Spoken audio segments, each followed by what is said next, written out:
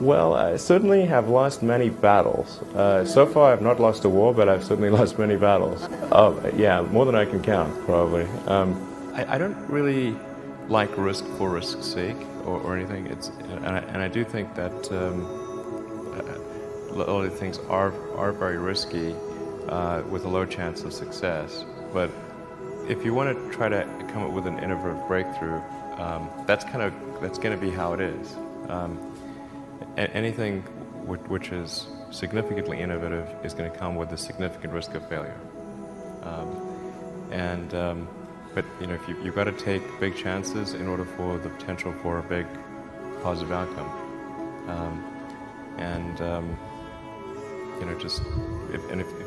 If the outcome is exciting enough, then taking a big risk is worthwhile. It's really how I approach it.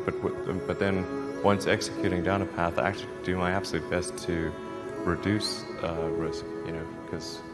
Or to improve another way of saying it, to improve the probability of success, because when you try to do something that is very, very risky, that you have to spend a lot of effort trying to reduce that risk as you embark down that path.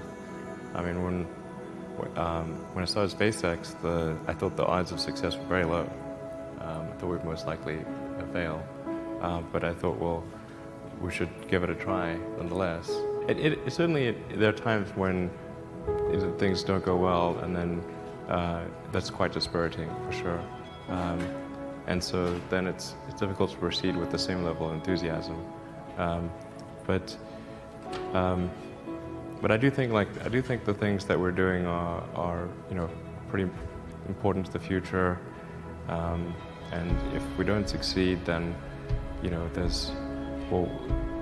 it's not clear what other things would succeed, and if we don't succeed, then we'll be certainly pointed to as a reason why people shouldn't even try for these things. So I think it's important that we do whatever is necessary to keep going. I think successful entrepreneurs probably come in all sizes, shapes, and flavors. I'm not sure there's any one particular thing. For me, some of the things I've described already, I think, are very important. I think really an obsessive nature with respect to the quality of the product is very important. So, being obsessive compulsive is a good thing in this context. Really liking what you do, whatever area that you get into.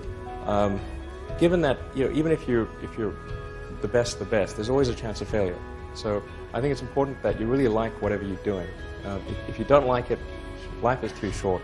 I'd say, and also if you like what you're doing, you think about it even when you're not working. I mean, it's something that your mind is drawn to, and if you don't like it, you just really can't make it work, I think. Well, I think it's important to have a very to apply critical thinking to. This may sound trite, but to apply critical thinking to what one is doing, and by that I mean just the fundamentals of logic. Do you have the right axioms? Are they relevant, and are you making the right conclusions based on those axioms? That's the essence of critical thinking, and yet it is amazing how often people fail to do that. I think wishful thinking is innate in the human brain. You want things to be the way you wish them to be, and so you tend to filter information that you shouldn't filter. That's the most common flaw that I see. If you want to do something really innovative, you have to apply a sort of first principles analysis. And don't reason by analogy. Analogies are referencing the past.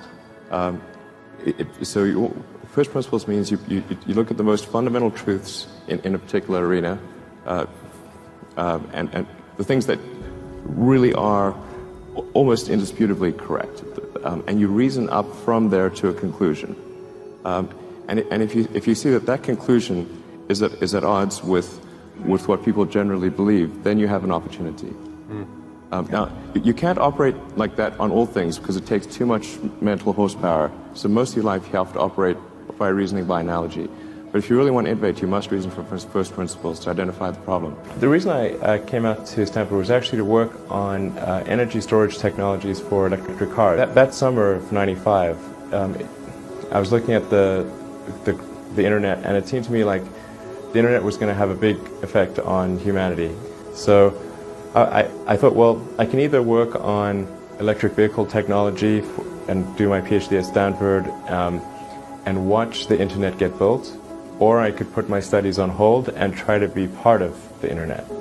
And at first I tried to get a job at Netscape because that was the only internet company, and they didn't respond to me. So then I was like, okay, if I can't get a job at the only internet company, then I better try starting something. But I talked to my professor and I said, look, I'm going to try starting a company. It's probably not going to succeed, and if it doesn't succeed, can I come back? And he said, sure, no problem. And so I put my studies on hold and started the company. I mean, we had many, at Tesla we came many times close to bankruptcy. In fact, at the end of 2008, we were only a few days from bankruptcy. It was literally 2 days, or 3 days maybe.